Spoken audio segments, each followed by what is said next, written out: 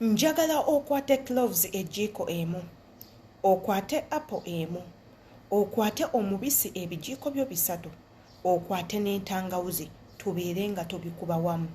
Kati nno bye bino ebimu ku byama abantu bye batagenda kubanga babagamba. Naddala mu abaana abali ewaka mu biyumba, ebimu ku byama bakama bammwe bye batabagamba. Lwaki bakozesa ebintu ebyo? Amanya yenze Sheila Adita. Gwatanaba kubanga osubscribinga. Ekigambo subscribe kibeera waawo, kikonemu. Waliwo akade akali awo waggulu, kakonemu. Bwe tugamba okoonamu akakade kagenda kukuyambako buli we tuteekayo vidiyo okubanga bakusindikira message ne bakugamba tutaddeyo omusomo omulala jangu obeere nga ogwekannaanya. Ensonga yaffe tugambisa lwaki mwina okusubscribinga nti gy'okoma okusubscribinga obeera weegasse ku ttiimu eyagala okumanya.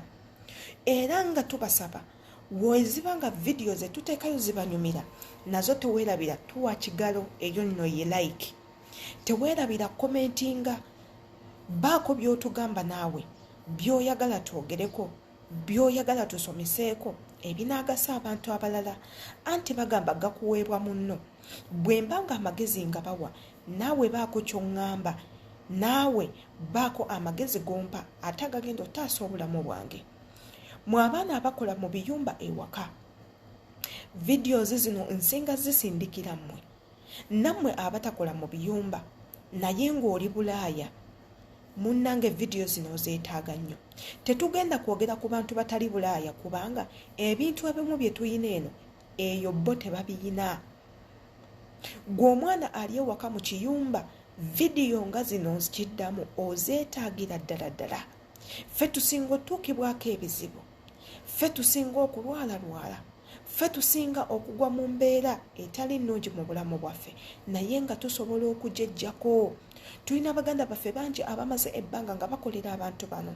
Tulina baganda baffe bangi nnyo abamaze ebbanga mu nsi zino ez'obuwalabu ng'ebintu ebimu babitegeera. Ffe tubagamba n'obagamba nti mubadde mukimanyi nti nno bakama baffe be tukolera nabo batuloga. N'aloga omukozi n'amwekuumirako emyaka 7, omukozi oli mu nnyumba emu okola tovaawo. Essaawa yo eyo contract eweddeko igwe ne weediima okuddayo ewaka gwe wekka nga takukase n'atakukayanya nakukayanya.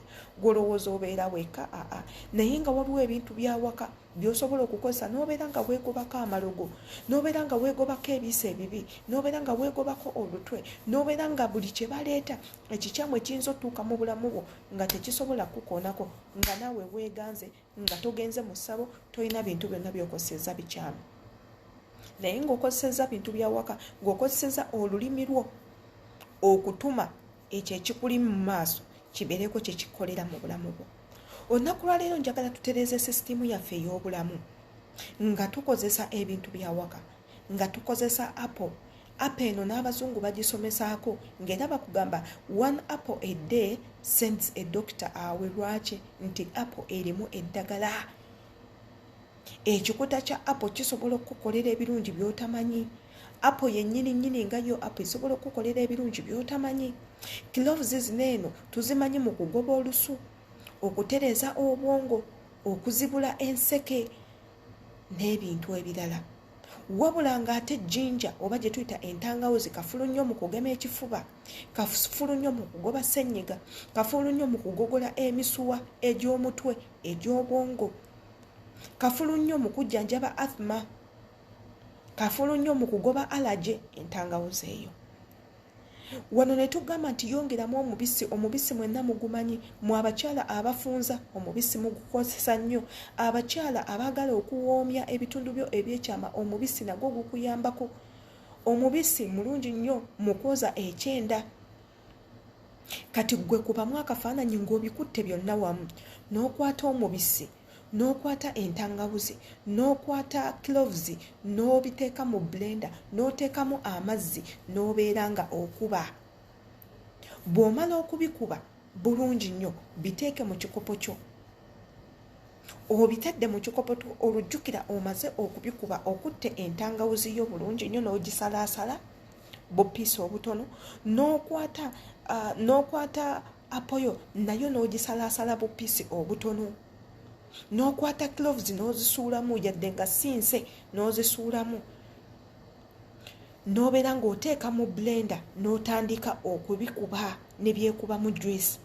Bw'omala biteeke mu kikopo oyongeremu otubisi. Bw'oteekamu otubisi ejjiiko y'omu oba bbiri beera ng'onywa.